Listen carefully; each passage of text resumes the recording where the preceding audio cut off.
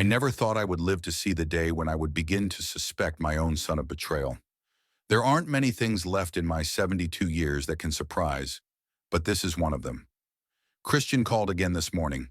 Third time in a week, an unprecedented frequency for someone who usually remembered I existed once a month, and even then on holidays.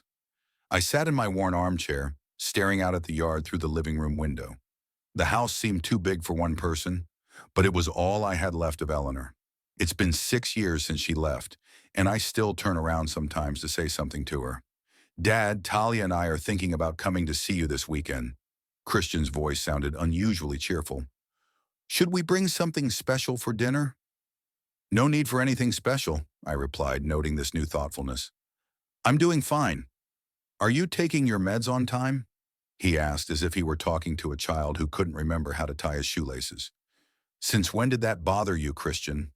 I couldn't keep the harshness out of my voice. I only take vitamins and blood pressure medication. 35 years in charge of the finance department, and now you think I can't handle 2 pills?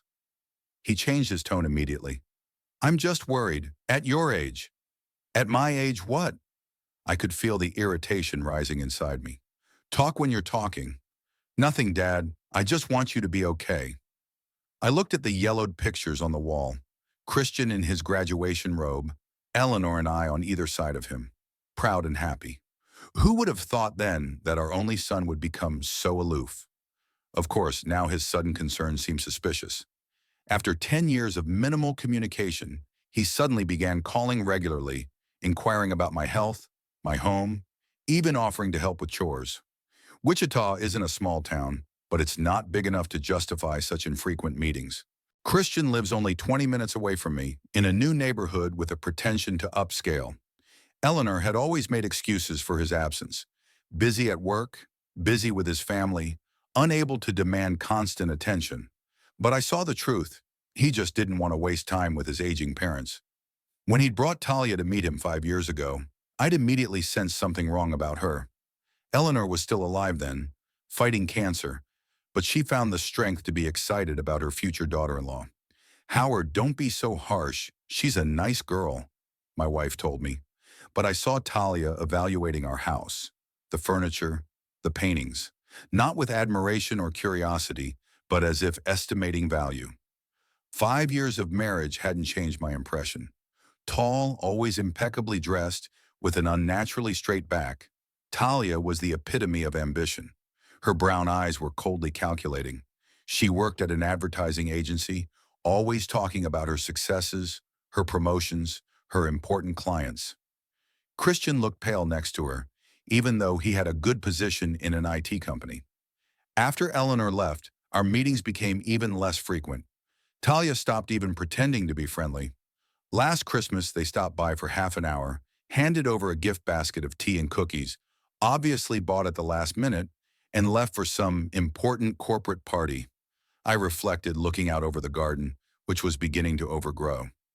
Eleanor loved flowers, especially the roses along the south side of the house. Now I could barely manage the bare essentials of care. The house, built 40 years ago when my career took off, required constant attention. 2 stories with 4 bedrooms and a spacious living room. It was too big for one person. But to sell it? Never. Every corner here held memories.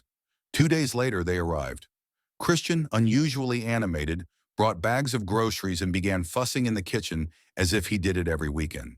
Talia, in an elegant white dress that contrasted strangely with the ordinariness of Saturday's visit to her father-in-law's house, immediately went to inspect the house.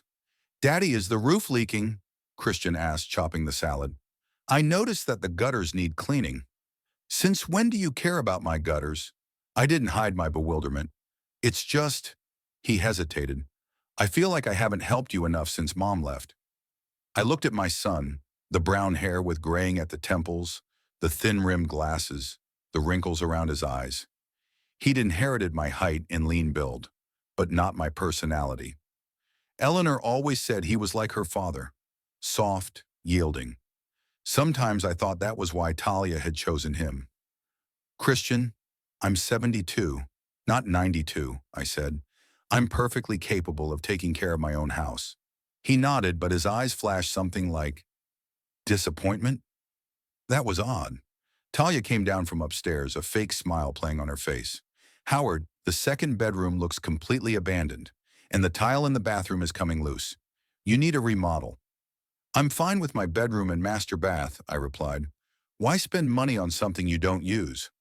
But the value of a house goes down if you don't keep it in good condition, she argued with pressure.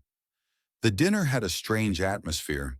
It was as if they were both playing the roles of caring son and attentive daughter-in-law. Talia asked about the neighbors, the neighborhood, how real estate prices were changing. Christian worried about my health, whether I was dizzy, whether I remembered to drink more water. After lunch, I headed to the bathroom, and as I passed the guest bedroom, I heard Talia's muffled voice. She was on the phone, unaware of what I might hear.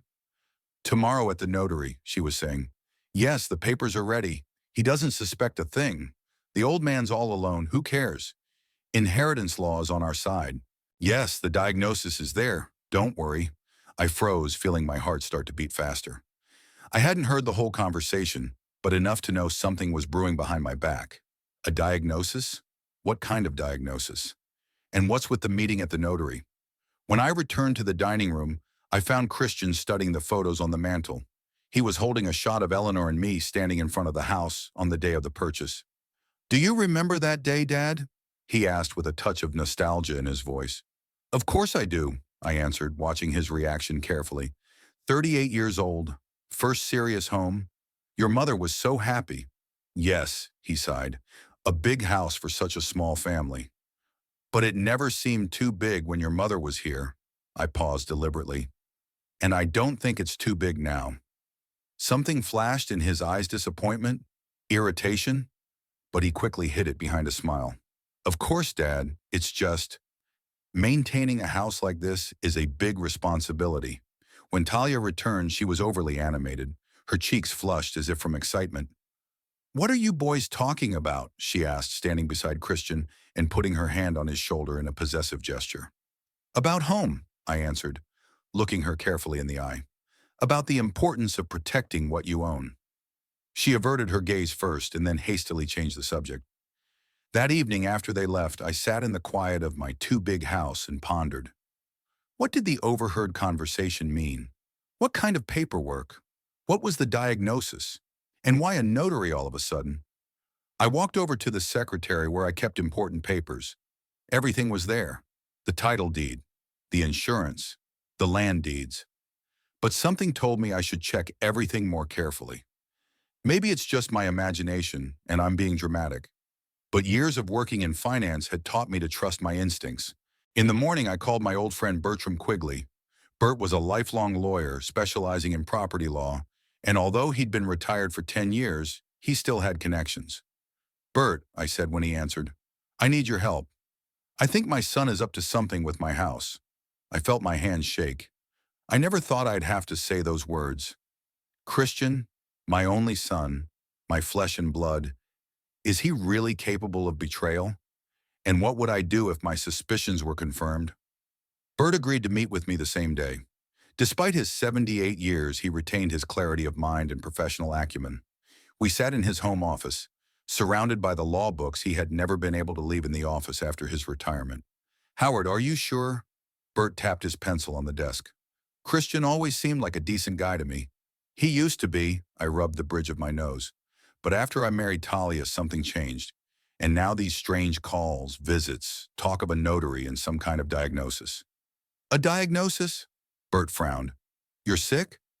Perfectly healthy for my age. Except for the occasional blood pressure spike, I shrugged. But Talia had mentioned the diagnosis in a phone conversation I'd overheard, and something about paperwork for a notary. Bert leaned back in his chair and looked at me thoughtfully. That sounds disturbing. Let's start simple. Who's your family doctor? Dr. Nidell. I've been going to him for 15 years. Call him. See if anyone's requested your medical records lately, and see if there are any strange entries. You think they could have forged medical records? The thought struck me. People do a lot of things for money these days, Howard, especially when it comes to real estate in a good neighborhood. That same day, I went to Dr. Nadel's clinic. The gray-haired doctor saw me without an appointment, clearly surprised by my visit. Howard, is everything all right? he asked as I sank into the chair across from his desk. Physically, yes, but I have reason to believe that someone may have tampered with my medical records. Dr. Nadel took off his glasses and wiped them with a tissue. That's a serious accusation. What made you think that? I told him about the overheard conversation, omitting details about my suspicions about my son and daughter-in-law. Can you please check to see if anyone has requested my card recently? And see if there are any records of visits that didn't happen. Dr. Nadel looked at something on the computer for a few minutes, then looked up at me with a concerned look. Indeed, your son requested a copy of your medical records 3 weeks ago. He said that you had asked him for it because you weren't feeling well yourself. I never asked him for it. My voice trembled. There's something else, the doctor continued, frowning. A referral to a neurologist, Dr. Price, appeared in our electronic system. Allegedly, I suspected cognitive impairment, but I've never written a referral like that. Dr. Price, I repeated. I've never heard of him. He's a new specialist at the clinic on the north side. I hardly know him. Dr. Nadel put his glasses back on and gave me a serious look. Howard, someone is obviously manipulating your medical records, and it can only be someone who has access to your personal information. I felt my insides tighten. Christian, my own son. What else is in there? I asked, trying to remain calm. Dr. Nadel flipped through the notes and frowned even harder. A report from Dr. Price appeared here. A diagnosis of early onset dementia with a recommendation to limit your ability to make financial decisions. Howard, this is absurd. I've been talking to you for 5 minutes, and you're obviously fully conscious and lucid. Can you give me copies of all these documents and write a rebuttal to this diagnosis? Sure. I will also report this incident to the hospital administration. Forging medical documents is a serious offense. As I left Dr. Nadel's office with the file in my hands, I felt a mixture of anger and deep sadness. How could Christian do this? What had happened to the boy Eleanor and I had raised? Or was it entirely Talia's influence? The next step was to meet this mysterious Dr. Price. I called the clinic where he supposedly worked and made an appointment without introducing myself or stating the purpose of the visit. The next day I was sitting in the waiting room of the neurology clinic. Dr. Price turned out to be a young man, about 35 years old, with a fashionable beard and a tired look. "What can I do for you?" he asked when I entered his office. "Don't you recognize me?" I watched his reaction carefully. He looked away from the computer and looked at me more carefully. "I'm sorry, do I know you?" "My name is Howard Pickett. According to your report, I'm in the early stages of dementia." I placed a copy of the fake report on his desk. Dr. Price took the document and ran his eyes over it. His face changed. First bewilderment, then concern. "Mr. Pickett, I never met you or wrote this report. It's a forgery." "I know," I answered calmly. "The question is who made it and with whose help?" "I had nothing to do with it." He looked genuinely worried. "This is a serious offense. I have to report it." "Let me ask you a question. Do you know Christian Pickett or Talia Pickett?" The doctor hesitated, and I realized I'd hit the mark. "Talia. Yeah, she came here a few weeks ago, said she was worried about her father-in-law, who was refusing to be examined. Asked me to counsel her on the symptoms of dementia. I told her the basic symptoms, gave her some general information. A purely consultative meeting." He rubbed his forehead. "She asked me to write a report in absentia, but I refused. It's against all the rules." "Apparently someone wrote it using your name." I pointed to the document. Dr. Price studied the signature and shook his head. "It doesn't even look like my signature, and the letterhead isn't ours, although it looks similar. Mr. Pickett, I will write a formal rebuttal to this report, and I'll contact the clinic." "Thank you, doctor. That's very helpful." As I left the clinic with another document in my folder, I could feel the pieces of the puzzle starting to fall into place. Talia was the initiator, but Christian was clearly involved, having obtained my medical records fraudulently. My next stop was the bank, where I kept all my important documents in a safe deposit box. I'd rarely visited it since Eleanor had left. The last time I'd gone in there was 2 years ago to deposit the new will made after her death. The bank manager, Ms. Buckley, personally escorted me into the vault. She had known me for many years and was always friendly. "Mr. Pickett, how are you?" she asked as we walked down the hall. "I've been better, Ms. Buckley. Tell me, has anyone been interested in my cell lately? She stopped and looked at me in surprise. Actually, yes. Your son came by 2 weeks ago. He asked if he could access your safe deposit box as next of kin. I explained that it's not possible without your written authorization or power of attorney. And what did he say? That he'd be back with a power of attorney? She looked worried. Mr. Pickett, is everything all right? It will be soon, I replied, trying to sound more confident than I felt. In the vault, I opened my safe deposit box and was relieved to find that all the documents were in place. The will, the certificate of title to the house, stocks, bonds, insurance policies. I looked over each document carefully, making sure they hadn't been tampered with. Everything looked in order. Especially important was the certificate of title for the house. I'd bought it long before Christian was born, paying off the mortgage in full by his 10th birthday. The house was worth 3 times as much now as when we'd bought it. Real estate in this Wichita neighborhood had only gotten more expensive over the years. The last document was a folder Eleanor had put here shortly before she died. Just in case, she said at the time. I opened it and found an additional set of deeds to the house, notarized powers of attorney, and a letter addressed to me. Dear Howard, if you're reading this, it means something went wrong and you needed these papers. I've always believed in foresight. These papers are extra insurance in case someone tries to challenge your title. I know you think I'm paranoid, but it's better to have it and not need it than to need it and not have it. Love, Eleanor. I clutched the letter to my chest. Even after her death, she had continued to care for me. Prudent, wise Eleanor. Returning home with a folder of papers, I called Bert. You were right, I said as soon as he picked up the phone. They'd faked the medical diagnosis. Dementia, Bert. They want to declare me incompetent. Howard, Bert's voice sounded serious. You need to see if you have an appointment with a notary public. If they're trying to remortgage the house, they'll go to a notary. How can I find out?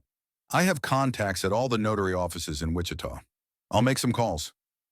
An hour later, Bert called back.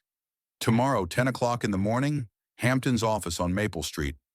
Christian and Talia Pickett are signed up to handle the transfer of ownership of the property. The address matches yours. I felt the blood drain from my face. How can they do a title transfer without me? They probably have a fake power of attorney, or they plan to use a fake diagnosis to prove you're incapacitated and gain the right to dispose of the property. I sat back in my chair, feeling weak in my legs. My own son, my Christian. Crump, what do I do, Bert? Show up there tomorrow, with the originals of all the documents, and me. I'll represent you, he said with that old, familiar firmness in his voice. We're not going to let them steal your house, Howard. I looked at the folder of documents Eleanor had thoughtfully saved. I have something Christian doesn't realize, I said, feeling a surge of determination. Eleanor had taken care of it. Then we'll surprise them tomorrow, Bert hummed. Be ready by 8 o'clock in the morning. I'll pick you up. I hung up the phone and looked around the living room. Every object in here held a memory. The armchair where Eleanor had read stories to Christian, the fireplace where we'd gathered on cold winter evenings, the dining room table where we celebrated birthdays, Christmas, graduations. And all this my son wanted to take away while I was still alive. Throw me away like I was worthless under the pretense of caring. Talia was undoubtedly the initiator, but Christian let her manipulate him, or worse, completely shared her intentions. I pulled out an old picture, Christian at the age of 6 sitting on my shoulders during a trip to the park, his face glowing with happiness, both of us laughing. What happened to that boy? At what point did he turn into a man capable of deceiving his own father? Bert was right. People will do anything for money, especially when it comes to real estate in a nice neighborhood. But I never thought my own son would be one of those people. The morning would bring answers and perhaps ultimate disappointment, but I was ready to face the truth. Eleanor had made sure I had a weapon in this unexpected battle, and I wasn't going down without a fight. The morning was clear and cool. I woke up long before my alarm clock, and to be honest, I hardly slept at all. Thoughts of the upcoming confrontation kept me awake. It was one thing to suspect betrayal, and quite another to face it head-on. At 7:30, I was fully prepared, picking out my best suit, the navy blue one Eleanor had given me for my 65th birthday. You look solid and imposing in it, she'd said. Today I needed to look just like that. Bert arrived at 8 sharp. Despite his age, he was driving his old-fashioned Lincoln, When I got into the car, he gave me a sizing look.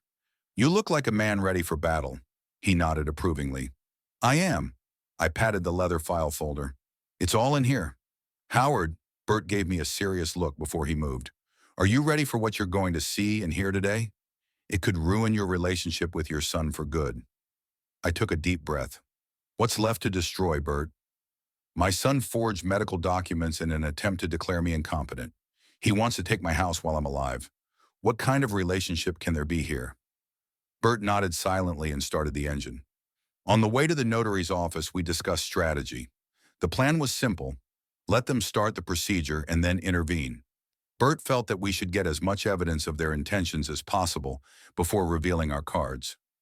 "We're lucky that Notary Hampton is an old acquaintance of mine," Bert said as we parked near the office. "I called him last night. He didn't say anything specific, but he made it clear that the documents your son brought in looked questionable. He was going to ask some clarifying questions, which will give us time to show up." "Thank you, Bert," I squeezed his hand. "You're a true friend." We decided to wait in the car until Christian and Talia went into the office. It was 9:45 when I saw them get out of Talia's brand new black Lexus. Christian looked nervous, constantly looking around as if he feared they were being followed. Talia, on the other hand, exuded confidence, her posture straight, her gait resolute. She said something to Christian, and he nodded like an obedient schoolboy. "Cheery, oui. Let's go," I said as they disappeared into the building. "We'll give them 5 minutes." Bert nodded, and we walked slowly toward the notary's office. Hampton's office was on the second floor of an old red brick building. As we climbed the stairs, I felt my heart begin to beat more frequently, not from the physical exertion, from the impending confrontation. Bert stopped me at the door. "Remember, stay calm. The more focused you are, the better." I nodded, took a deep breath, and opened the door. The reception area was small but solid. Dark wood paneling, leather chairs, an antique clock on the wall. The receptionist looked up at us questioningly. "We're here to see Mr. Hampton," Bert said. "He's expecting us." "Your names?" she asked. "Bertram Quigley and Howard Pickett." Her eyes widened slightly at the mention of my last name, but she quickly got over her surprise. "Just a moment." She stood up and walked to the notary's office. After a few seconds, she returned and nodded. "Come in, please." Hampton's office was more spacious than the reception area, with a large desk in the center and bookcases along the walls. At the desk sat the notary himself, a full man in his 60s with balding hair and attentive eyes. Across from him sat Christian and Talia. They turned at the sound of the door opening, and I saw their faces change, Christian's pale and Talia's tense, like a predator before a leap. "Dad?" Christian's voice shook. "What are you doing here?" "I guess I could ask the same question," I answered, trying to keep my voice calm. "Mr. Pickett." Hampton stood up and extended his hand to me. "It's a pleasure to meet you. Bert told me about your situation." "What situation?" Talia intervened quickly, her voice higher than usual. "We're just doing some paperwork. It's a family matter." "Very family," I agreed, stepping closer to the table. "So much family that you didn't even think it was necessary to invite me." "Dad, we can explain," Christian started, but Talia put a hand on his shoulder, stopping him. "Mr. Hampton, we've provided all the necessary paperwork," she said firmly. "Howard's power of attorney and a medical report on his condition. Unfortunately, he has incipient dementia, and he doesn't always understand what's going on." I felt anger rising inside me, but I held it back, remembering Bert's advice. "Really?" I asked calmly. "Show me that power of attorney." Hampton took the document from the table and held it out to me. I looked it over quickly. Not a bad forgery. My signature was imitated quite accurately. The document gave Christian the right to dispose of all my property, including the house. "When do you think I signed it?" I asked, handing the paper back to the notary. 3 weeks ago," Talia answered quickly. "You were in a good mood. We discussed the future." "Interesting." I pulled the document out of my folder. "And how do you explain this?" "An official statement from Dr. Nadel, my attending physician, that I am fully competent and have never been tested for dementia?" Talia flinched, but quickly pulled herself together. "Dr. Nadel is not a specialist in this area. The neurologist's report." "You mean Dr. Price?" I interrupted, pulling out another document. Who never saw me and never wrote any report? I have his official retraction. Christian looked completely confused. Talia, you said your father signed it himself. Shut up! Talia sharply interrupted him. Hampton scrutinized the documents I gave him. I'm afraid there's an apparent contradiction, he said slowly. I need to examine these papers in more detail before proceeding further. It's just a misunderstanding. Talia tried to remain confident, but I could see her knuckles turn white as she clutched her purse. We'll fix it and come back later. I'm afraid this isn't a misunderstanding, said Bert, who had been watching silently. It's an attempted fraud using false documents. Mr. Hampton, as a notary, it is your duty to report such an incident to the proper authorities. Talia, what's going on? Christian seemed increasingly agitated. You said that your father wanted to redeclare the house himself to make it easier to inherit. I never said anything like that, I answered, looking my son in the eye. And I never signed that power of attorney. But you complained about the house being too big for you alone, Christian continued. Talia said you agreed to move to a smaller apartment, closer to us. Talia stood up abruptly. We have to go, she said, grabbing Christian's arm. We'll come back when we've sorted out this misunderstanding. Sit down. Bert's voice was quiet, but there was steel in it. If you leave now, the next time we meet will be in the presence of the police. Talia slowly lowered herself back into the chair. Her confidence was cracking at the seams. Howard, her voice became softer, almost pleading. We just wanted to help. You're alone in this huge house. It's hard for you to take care of it. Help? I couldn't hold back a bitter chuckle. By forging a medical certificate and power of attorney? By trying to declare me incompetent?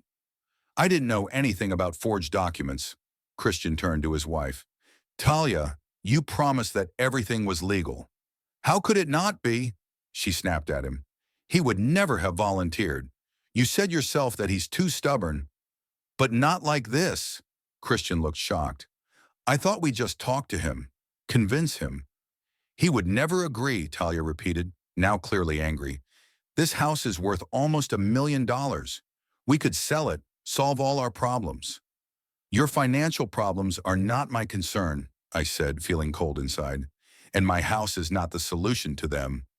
But you're my father, Christian exclaimed. You're supposed to help your children. Helping, yes. Letting them steal from you is not. I pulled another set of documents out of the folder. By the way, even if your plan had worked, you wouldn't have gotten anything. What's this? Talia eyed the papers warily. The original certificate of ownership, I replied, placing the document on the table, and an additional set of documents that Eleanor had had the foresight to notarize shortly before she died. Hampton looked at the documents and raised his eyebrows in surprise. This is a gift of a house to the Golden Autumn Senior Citizens Charitable Foundation, effective in the event of an attempt to challenge Howard Pickett's ownership or declare him incapacitated, notarized 6 years ago. What? Talia looked like she'd been punched. That's impossible. It's quite possible, I replied. Eleonora was always a wise woman. She foresaw something like this. But that would mean... Christian shifted his gaze from the documents to me, confused. It means that if your plan had succeeded, you wouldn't have gotten the house anyway. It would have gone to the foundation, I finished. Eleanor knew what she was doing.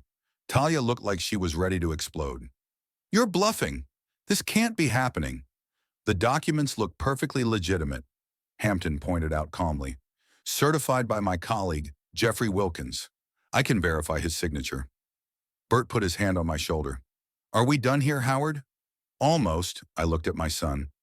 Christian, I want you to know that I've loved you all my life. Your mother and I gave you everything we could.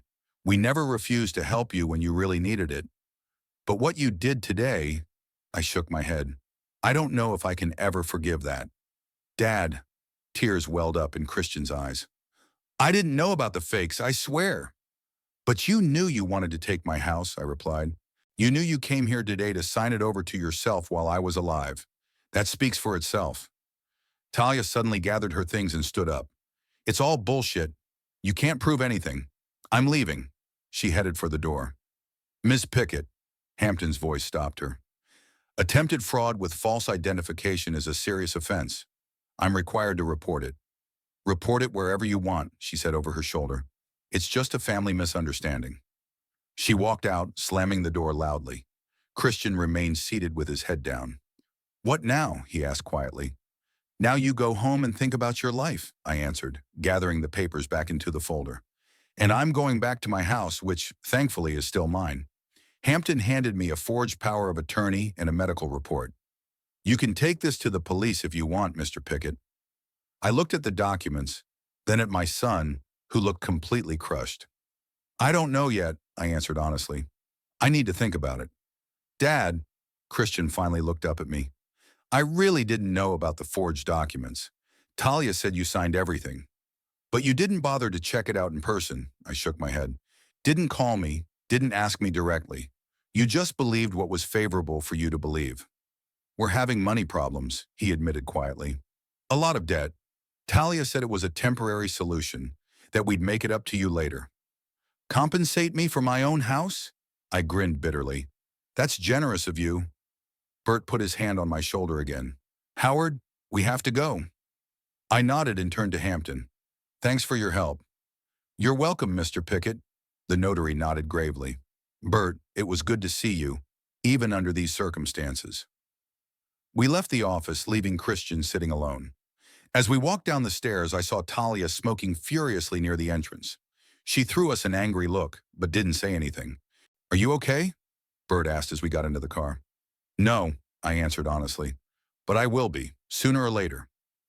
What are you going to do with the papers? Will you go to the police? I looked at the folder with the evidence of their betrayal. I don't know. That's my son, Bert. No matter what. I understand, he nodded. But remember, without consequences, such actions are often repeated. Do you think they'll try again? I hope not, Bert started the car. But people who need money can be very resourceful. As I drove home, I looked out the window at the streets of Wichita whizzing by, the city where I'd lived all my life, where I'd been happy with Eleanor, where I'd raised the son who'd just tried to steal from me. Today I won the battle for my home, but I lost the last illusion of my family, and that was far more painful than I could have imagined. After I got home, the first thing I did was call the security company and order the installation of a new alarm system. Not that I seriously feared a break-in, it was more of a symbolic measure. The firm promised to send technicians the next day.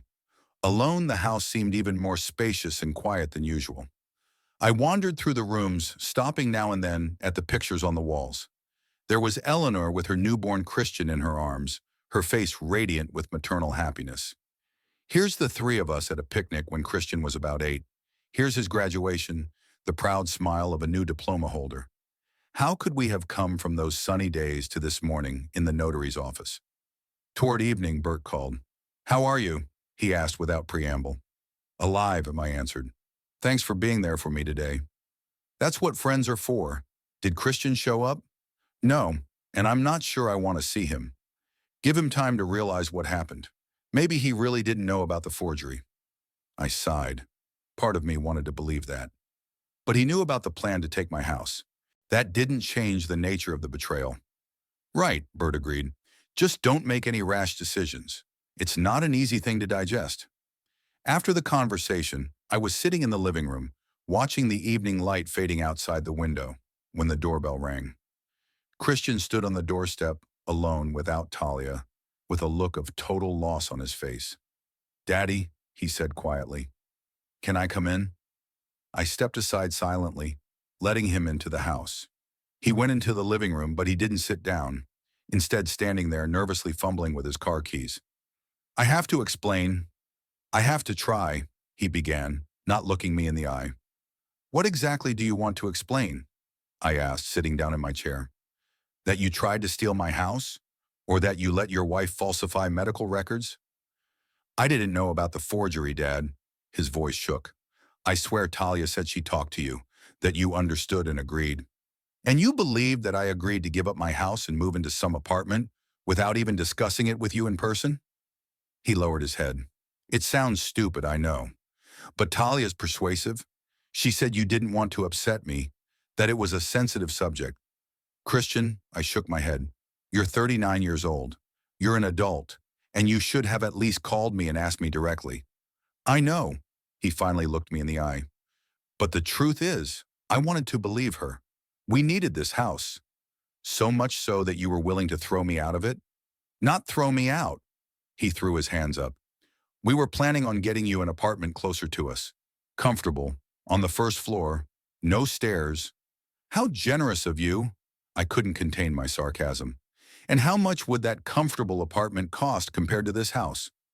Christian lowered his gaze, and that gesture told me everything I needed to know. Exactly, I continued. So we're on to him. You'd get a house that's worth about $1 million now, and you'd buy me an apartment for $200,000. And the rest would be spent on what? We have debts, Dad, he said quietly, finally sinking into the chair across from me. Serious debts. What kind of debts could two working people with no children and good salaries have? He ran a hand through his hair, a gesture I remembered from his teenage years when he was nervous. It's hard to explain. I have plenty of time, I leaned back in my chair. Get started. And he began the story. The story was trivially simple. Talia's ambitions had always exceeded their financial means. A house in an upscale neighborhood they couldn't afford, an executive car, bought on credit, designer furniture, expensive jewelry, exclusive clubs.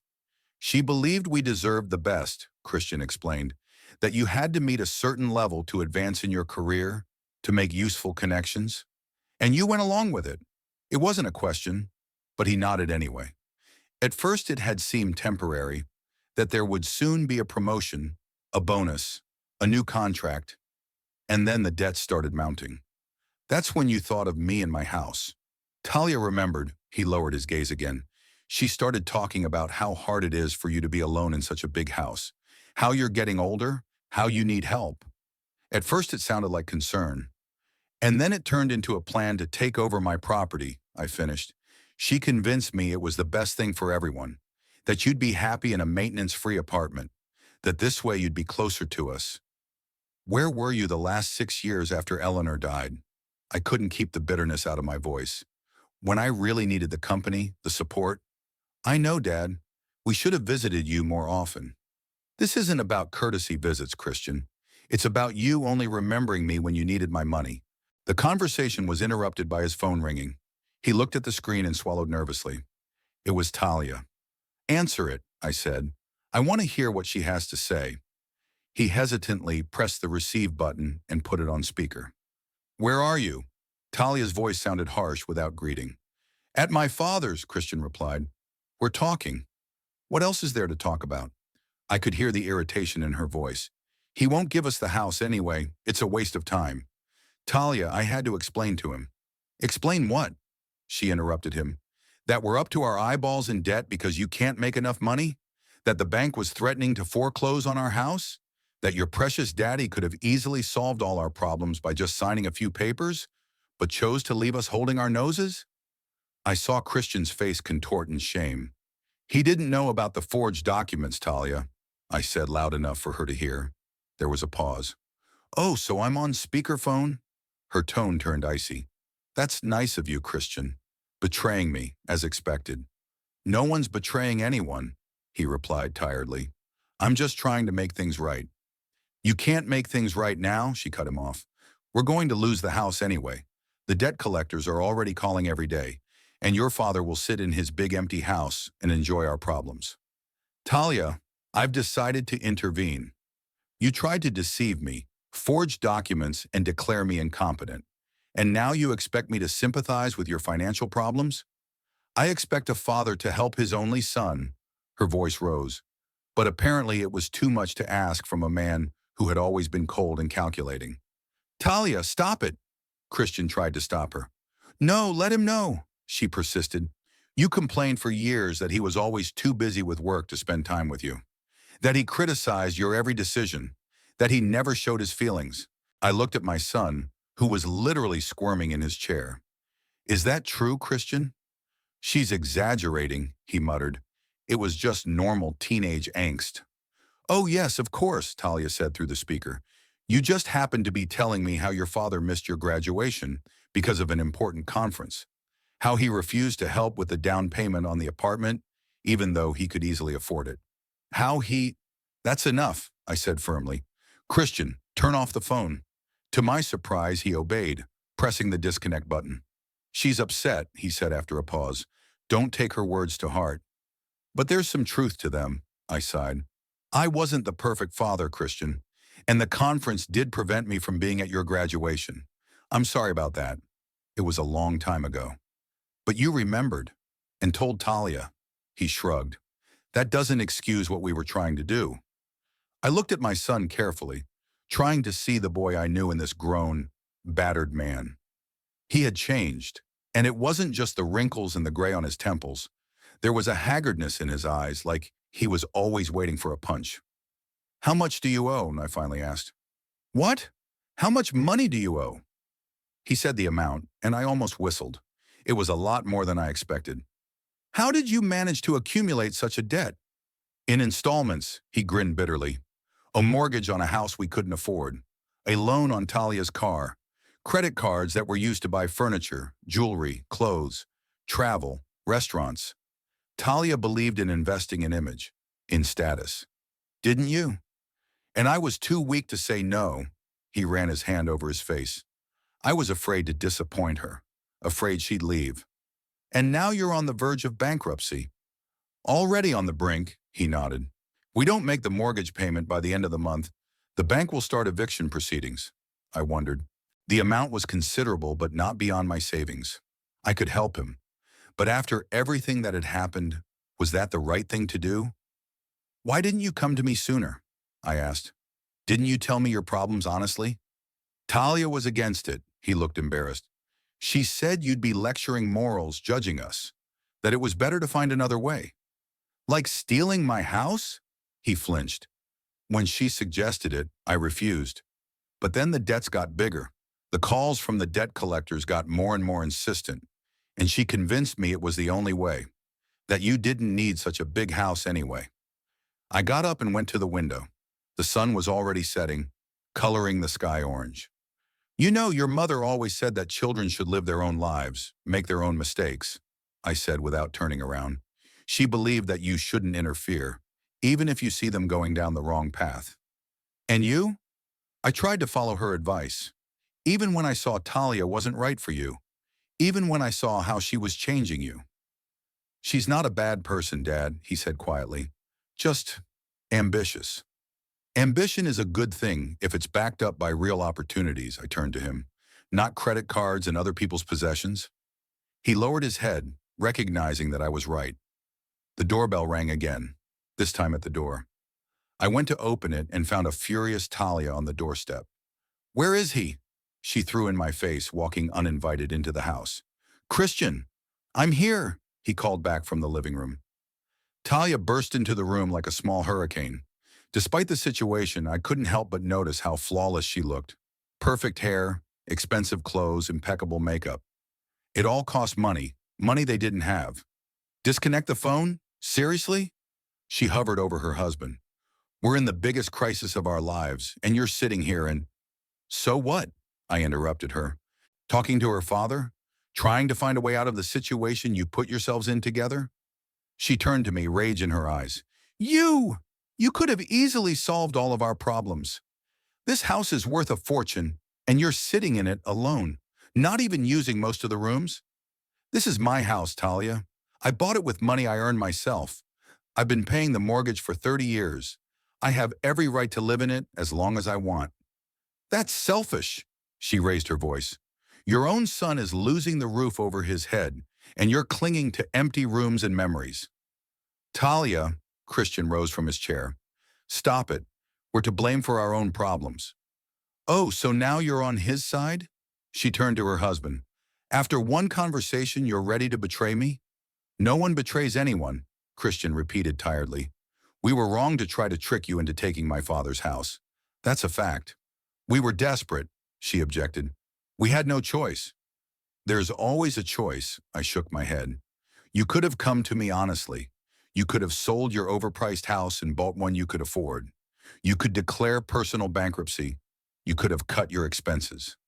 And live like beggars? She curled her lips in contempt. In some shithole in the suburbs? It's better to live within your means than to try to steal someone else's property, I said firmly. Talia opened her mouth for another rant, but stopped herself. She looked around the living room as if she were seeing it for the first time, then looked at me with a new expression. You know there are other ways to do this, she said, her voice suddenly soft, almost purring. We've all been wrong. Maybe we should start over. You could help us, Howard, in a family way. A little loan to get us out of this crisis. I've watched this transformation with amazement. One day she was ready to tear me apart, and now she was smiling and making eyes at me like a loving daughter-in-law. After you tried to declare me incompetent, you expect me to give you money? I didn't hide my amazement. It was a mistake. She lowered her eyes in feigned contrition. I was desperate. I didn't know what to do. But now I realize how wrong I was. Christian looked at his wife as surprised as I was. He didn't seem to recognize the woman he'd been married to for 5 years. Talia, he shook his head. What are you doing? Trying to save our situation, she snapped, losing all her charm in an instant. Unlike you, I realized it was time to end this conversation. Christian, Talia, I said firmly, I'm going to have to ask you to leave now. I need to think this over. Alone. But we haven't decided anything, Talia exclaimed. That's why I need time, to decide what to do next. Christian nodded and rose from his chair. Of course, Dad. Call me when you're ready to talk. Talia looked like she wanted to object, but Christian took her hand and pulled her toward the exit. At the door, he turned around. I'm sorry, Dad, for everything. When they left, I went back into the living room and sank heavily into a chair. The day had been incredibly long and emotionally draining. I felt drained, devastated. I picked up the photograph of Eleanor on the mantelpiece. What would you do if you were me? I asked quietly, looking into her smiling eyes. Would you have helped them despite the betrayal? Or would you let them reap the rewards of their mistakes? The picture didn't answer, of course, but I knew Eleanor well enough to imagine what she would have said. She had always been kinder than me, willing to forgive. But even her kindness had limits, and I wasn't sure that betraying her own son hadn't crossed those boundaries. A week had passed since the incident at the notary's office, and I still couldn't make a final decision. Should I help Christian and Talia, or let them face the consequences of their actions? On the one hand, despite the betrayal, Christian was still my only son. On the other, helping them now could only delay the inevitable. Their problem was not a lack of money, but an inability to handle it. Thursday morning, I made a decision. I called my new lawyer, a young but very smart guy named Wesley Patterson, who had been recommended by Bert. Mr. Pickett, what can I do for you? His voice sounded energetic despite the early hour. Mr. Patterson, I need to change my will, I said without preamble, and some other paperwork. Of course, he didn't seem surprised. When would it be convenient for you to meet? We agreed on noon. When I hung up the phone, I felt strangely relieved, as if I had finally lifted a heavy weight off my shoulders. The decision had been made. I wasn't going to disinherit Christian completely. No matter what he'd done, he was still my flesh and blood. But I no longer trusted him with the disposition of all my property. Mr. Patterson's office was in a modern glass and concrete building, the exact opposite of Hampton's cozy brick office. The lawyer himself was younger than I'd expected, hardly more than 35. But he had a keen mind in his gaze, and his manner of speaking betrayed a professionalism that didn't always come with age. Now, Mr. Pickett, what exactly do you want to change in your will? He asked as we settled into his office. I outlined my plan. I decided to leave the bulk of the estate, including the house, in a trust administered by an independent trustee. Christian will receive monthly payments from the investment income, but won't be able to take the entire amount at once or sell the house. I also want to set up a life annuity, I added. Part of my savings will be used to make monthly payments to myself. This will provide a steady income for the rest of my life, regardless of possible changes in the family situation. Patterson nodded understandingly. He didn't need to explain why I didn't want to risk my financial well-being anymore. It's a wise decision, he said, especially under the circumstances you described. For 2 hours, we discussed the details.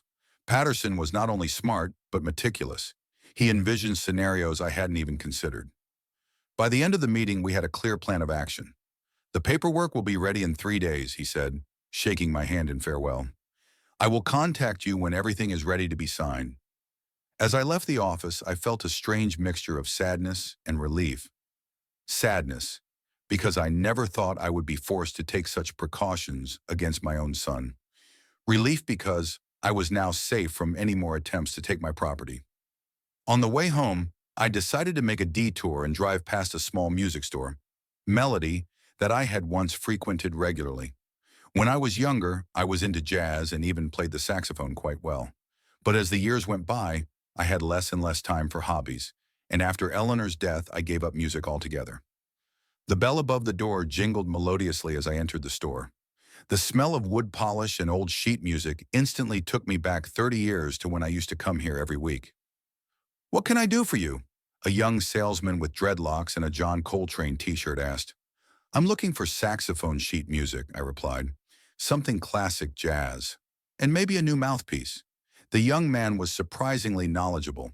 He showed me several compilations, told me about the latest in the world of jazz music, and recommended modern mouthpieces that might be suitable for my old saxophone. I walked out of the store with a bag of sheet music and a new mouthpiece, feeling strangely elated. When was the last time I did something purely for my own enjoyment? It had been too long ago. At home, I pulled the saxophone case out of the pantry. The instrument needed cleaning, but it was in good condition.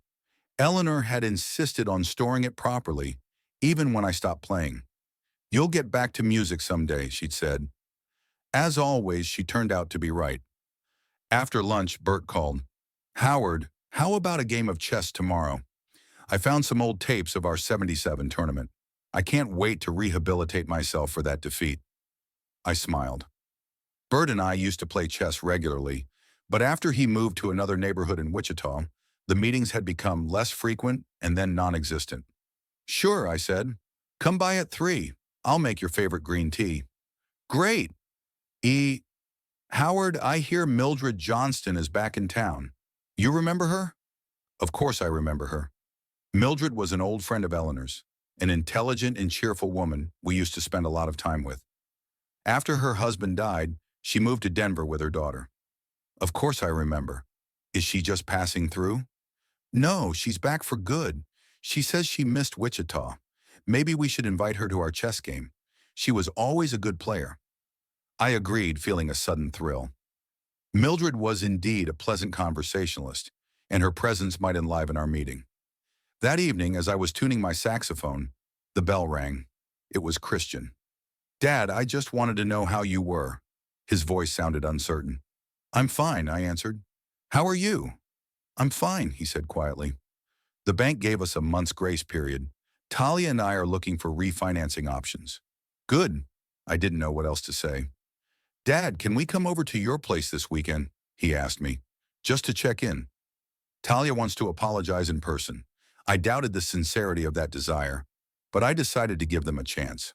"Okay, come by Saturday afternoon." After the conversation, I went back to the saxophone. My fingers remembered the old tunes better than I expected. Of course, the sound was far from perfect, but the joy of music making returned immediately. Friday passed in a pleasant flurry of activity.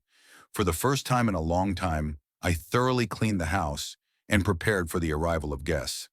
At exactly 3 o'clock, the doorbell rang. Bert didn't come alone. Mildred stood beside him, elegant as ever, with a short cut of silver hair and in a stylish, navy-colored pantsuit. "Howard," she smiled and held out her hands. It had been so long since we'd seen each other. I hugged her, feeling unexpected warmth from this meeting. "Mildred, you haven't changed at all." "Flatterer," she wagged her finger playfully. "We both know that time is of the essence. But you look fine." They entered the house and Mildred looked around with a nostalgic smile. Everything was still cozy here. Eleanor always knew how to create the atmosphere of a real home. I nodded, suddenly feeling a lump in my throat. Mildred was one of the few people who could talk about Eleanor in a way that made the memories warm rather than painful. We had a wonderful evening. We played chess, drank tea, reminisced about old times. Mildred talked about life in Denver, about her grandchildren, about her decision to return to Wichita. "Denver is a beautiful city, but I always felt like a guest there," she explained. "Here I feel at home. My friends are here. My memories." And where do you live now? I asked. I rented a small apartment on Maple Street. Not as big as my old house, but it's good enough for me. When Bert and Mildred left, I sat in the living room for a long time, feeling unusually lively. That evening reminded me that life doesn't end with retirement, or with the loss of a beloved wife, or even with the betrayal of a son. It simply flows on, taking on new forms. Saturday morning I devoted to the saxophone. I felt a little awkward, like a teenager taking the instrument in his hands for the first time. But gradually the uncertainty faded away, giving way to the pleasure of playing. Christian and Talia arrived at lunchtime.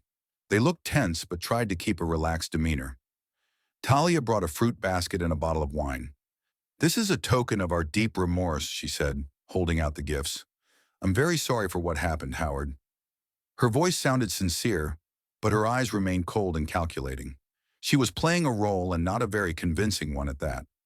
"Thank you," I accepted the gifts. "Come in. Dinner's almost ready."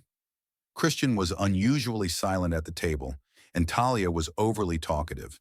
She talked about her work, her new clients, her plans for the future, all with feigned enthusiasm. "We've started a serious review of our expenses," she said casually. "We sold our second car, gave up our country club membership. It's a big savings." "It's a smart decision," I replied neutrally. "And we're thinking about selling the house," Christian added, "to find something more suitable for our possibilities." "There's nothing wrong with living within your means," I said. "Most people do." "Sure," Talia agreed quickly. "It's just unaccustomed." After dinner, as I was putting away the dishes, Talia suddenly asked, "What's that saxophone in the living room? Do you play, Howard?" "I used to," I answered. "Now I'm returning to an old hobby." "How wonderful!" Her enthusiasm seemed exaggerated. "I've always wanted to learn to play an instrument, but I've never gotten around to it." "It's never too late to start," I said. "I'm 72, and I'm just now getting back into music after a hiatus of almost 20 years. Perhaps you could give me some lessons," she offered with a smile. "It would be wonderful to share a hobby." I barely restrained myself from laughing. Talia, who had always kept her distance and barely tolerated my presence, suddenly wanted to take music lessons from me? It was such an obvious attempt to ingratiate herself that it bordered on an insult to my intelligence. "I'm afraid I'm not a very good teacher," I replied diplomatically, "but I can recommend an excellent music school." As they were leaving, Christian lingered at the door. "Dad, I wanted to ask—" He hesitated. "Are you still mad at us?" I looked at my son. There was genuine concern in his eyes, but I wasn't sure whether it was due to remorse or fear of losing possible financial aid. "I'm not angry, Christian," I said. "I'm just disappointed, and I need time to rebuild trust." He nodded, accepting those words. "I understand. Just know that I'm really sorry about the way things turned out." "I know," I said, though I wasn't really sure I was. When their car went around the corner, I went back into the house and pulled out my cell phone, dialed Bert's number. "How was your meeting with your son?" he asked instead of greeting me. Predictably, I sighed. Talia was acting remorseful and suddenly interested in my hobbies. Christian looked really guilty, but I don't know what was sincere and what was Talia's influence. "Give them time," Bert advised. "If their remorse is real, it will stand the test of time. And if it isn't, then at least you'll know the truth." By the way, Mildred asked if you'd like to join us at the jazz band concert next Friday. There's going to be an outdoor performance in the city park. I felt my lips stretch into a smile. I'd love to. On Monday, I signed the new will at Mr. Patterson's office. The documents were drawn up exactly as I had requested, with a trust to manage the main assets and a mechanism to protect them from possible manipulation. I also arranged for a lifetime annuity, ensuring a steady income no matter what the circumstances. "You're fully protected now, Mr.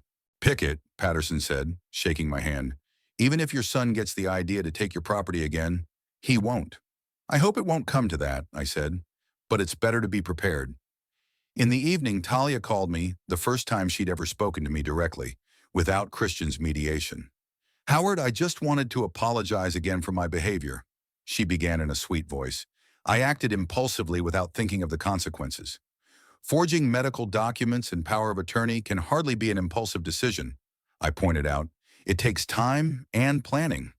I was desperate, she said, a piteous tone in her voice.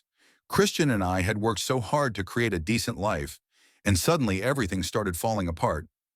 Talia, I interrupted her. Let's be honest. What do you want? There was a pause. I just want our relationship to work, she said finally. For Christian's sake. He's so worried. I appreciate that, I said. But trust takes years to build, and it breaks in an instant. We all need time. Of course, she agreed hastily. I just wanted to say that we're always here for you if you need anything. Help around the house, a trip to the store, company. Thanks, I'm good. After the conversation, I sat down at the piano that stood in the corner of the living room. Eleanor loved it when I played, especially the old jazz standards. The melody of autumn leaves filled the house, and for a moment I felt her presence. Warm, supportive. She had always believed in me more than I believed in myself. Now, after all the events of the last few weeks, I was finally starting to believe in myself the same way. I could live life to the fullest, despite age and loss. I could rediscover old hobbies and find new ones. I could rebuild friendships and even create new ones. And most importantly, I would no longer allow anyone, not even my own son, to dictate how I should live my life and dispose of what I had earned through my labor. It had been 3 months since I had caught Christian and Talia at the notary's office. During that time, I have gradually built a new life, without illusions, but also without bitterness. Visits from my son and daughter-in-law became a weekly ritual. Every Sunday they came bearing gifts, expressing concern and interest in my life. I received them politely but kept an emotional distance. There was something insincere in their words and actions, as if they were playing carefully rehearsed roles. On the day I finally made my decision, the October sun was shining brightly.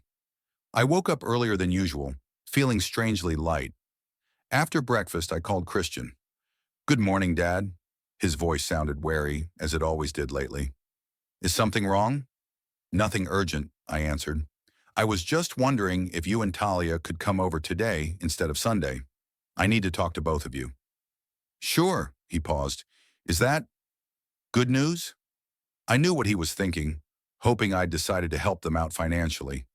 Just a conversation that was long overdue. By 3 o'clock in the afternoon, I had everything I needed ready, the documents I wanted to hand over, and my thoughts that were finally gaining clarity. Talia and Christian arrived exactly at the appointed time. She brought a pie, supposedly baked by herself, though the box from the local bakery I'd noticed in their car said otherwise. Christian looked tense but tried to smile. "Come on in," I invited them into the living room. "Have a seat." They settled on the couch, looking at me expectantly and with ill-concealed hope. "I've been thinking a lot about our situation," I began, standing by the fireplace, "about what happened and what's happening now." "Dad, we're really sorry," Christian began, but I held up my hand to stop him. "Let me finish, please. I have no doubt that you are sorry, at least that your plan didn't work out." I noticed Talia tense up slightly. "For the past 3 months, you've come every Sunday, bringing gifts, expressing concern. But do you know what I see behind it all?"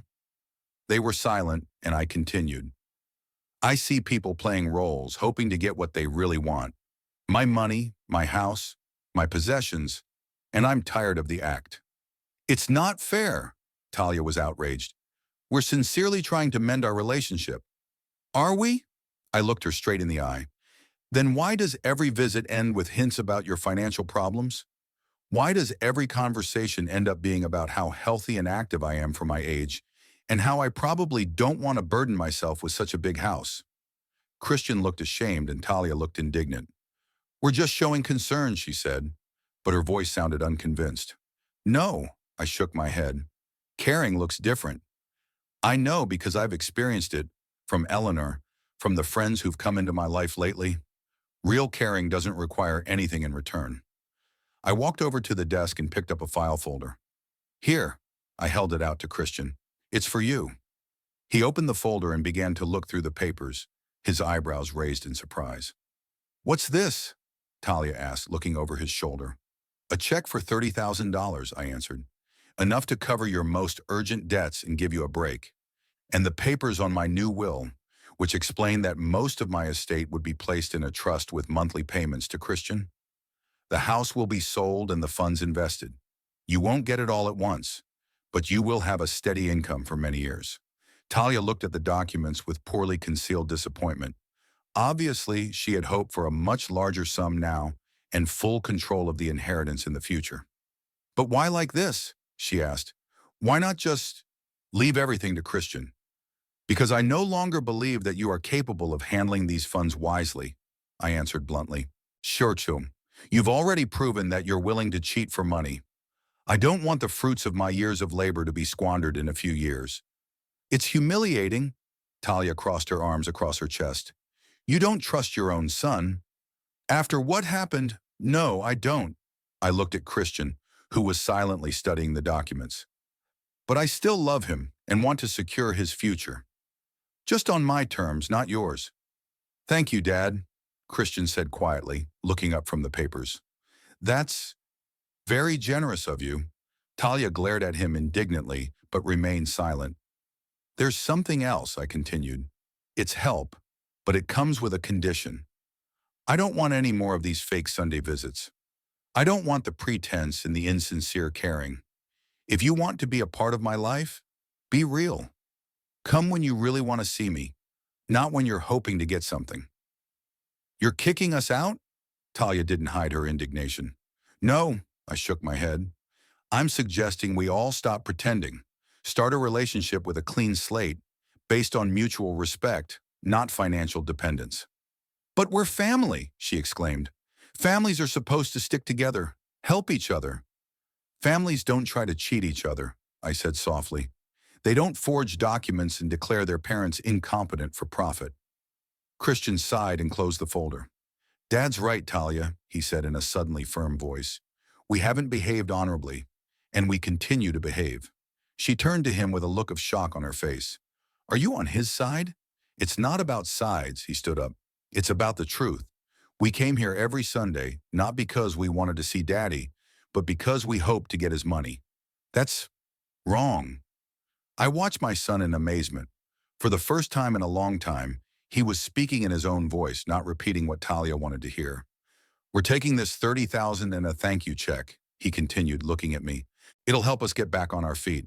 But from here on out, we have to make it on our own. I'll get an extra job, we'll sell the house, and move into an apartment we can afford. I want you to know that I'll come visit you, not for the money, but because you're my dad. And I miss you, the real you. Talia jumped to her feet. Are you out of your mind? We can get so much more if we just what? Christian interrupted her. Shall we continue with the hypocrisy? Pretending? I'm tired of it, Talia. Tired of living in debt. Tired of the constant stress. Tired of pretending to be something we're not. She looked at him with undisguised indignation.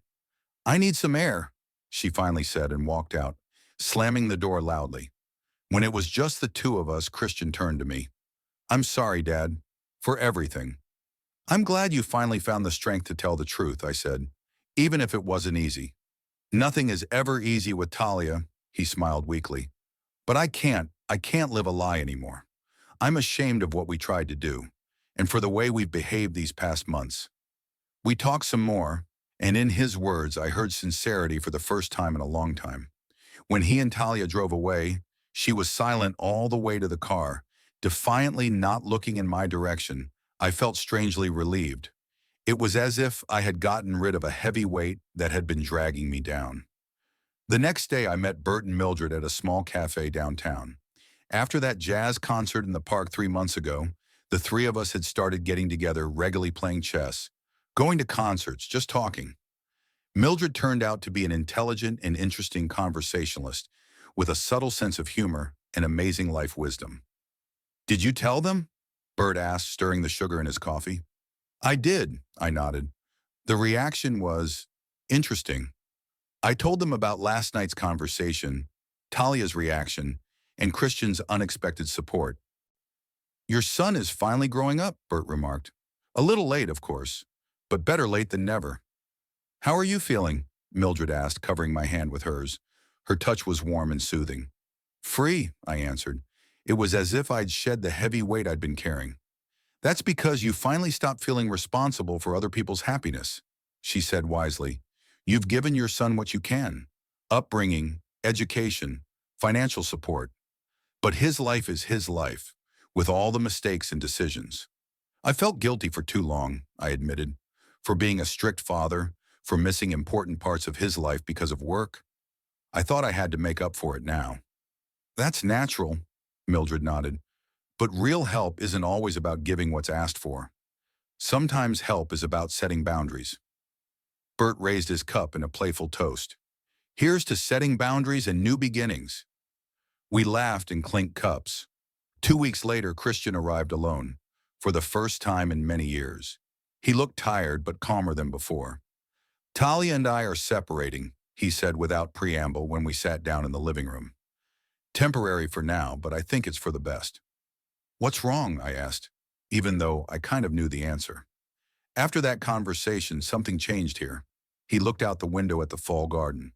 It was as if a veil had fallen from his eyes. I suddenly saw what we'd become. Always in debt, always dissatisfied, always striving for things we can't afford. And for what?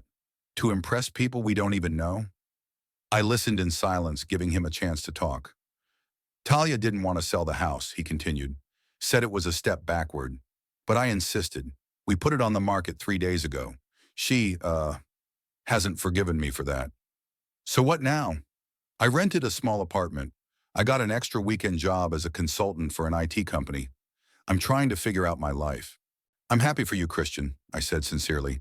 It's not an easy path, but it's the right one. I wanted to ask, he hesitated, can I come visit you sometimes? Just to, talk? Sure, I smiled. The door's always open to you, only for the real you, not for someone pretending to be someone else. After another month, I decided to fulfill a longtime dream of traveling to the jazz clubs of New Orleans. Eleanor and I had always planned this trip, but kept putting it off, either work or other commitments. And then her illness made the trip impossible. Come with me, I suggested to Mildred as we walked in the park. Fall was in full swing, and the trees were ablaze with red and gold. To New Orleans? She raised her eyebrows in surprise. Really? Absolutely, I nodded. A week of jazz, good food, and interesting excursions. We could leave in early November. She thought for a moment and then smiled openly and happily. You know, I've always wanted to visit New Orleans. Why not? We took the trip the 1st of November. The trip was even better than I expected. Cozy jazz clubs where the musicians played with such feeling it was breathtaking. Creole cuisine, spicy and flavorful. Historic tours of the French Quarter. But the best part of the trip was the company of Mildred, a smart, funny, inquisitive woman who knew how to savor the moment. One evening, sitting in a small jazz club, listening to a saxophonist playing What a Wonderful World, I caught myself thinking that, for the first time in a long time, I felt truly happy. Not just calm or content, but exactly happy. We returned to Wichita 10 days later, full of impressions and with a new outlook on life. Christian came every week, sometimes just to talk, sometimes to help with minor repairs. One day he even brought his old guitar, and we played together for a while, ineptly, laughing, but genuinely enjoying the music and each other's company. He didn't talk much about Talia, but I realized that their relationship had finally broken down. We want different things out of life, he said once, and I didn't question further. Some things are better left in the past. On Christmas Eve, I invited Bert, Mildred, Christian, and a few other friends I'd reconnected with over the past few months to dinner. The house filled with conversation, laughter, and music. I played saxophone, Christian accompanied on guitar, and Mildred turned out to be quite a good singer. It wasn't like the tense, formal family dinners we'd had before. To new beginnings, Bert toasted, raising his glass. And to old friendships, I added. When everyone had gone, I stood at the window, looking out at the falling snow, and thought about the past year, about betrayal and disappointment, about losing illusions and gaining new values, about how sometimes you have to let go of what seemed important to make room for something truly meaningful. In the reflection in the window, I didn't just see a 72-year-old man who had survived the betrayal of his own son. I saw a man who had found the strength to start a new chapter of life, who wasn't afraid to cut toxic ties and set healthy boundaries, who opened himself up to new opportunities and new relationships. I saw the real me, Not the perfect father or husband, not the flawless businessman or friend, just a man with all his strengths and flaws, mistakes and triumphs. A man who had finally learned to accept himself for who he was. And most importantly, a man who still had a future. Not just an existence waiting for the inevitable end, but a real life, with plans, dreams, joys. Eleanor would be pleased. She had always said that life was too short to waste it on regrets. Live in the present, Howard, she often said. The past is gone. The future has not yet come. All we truly have is today. And I finally learned to follow that advice.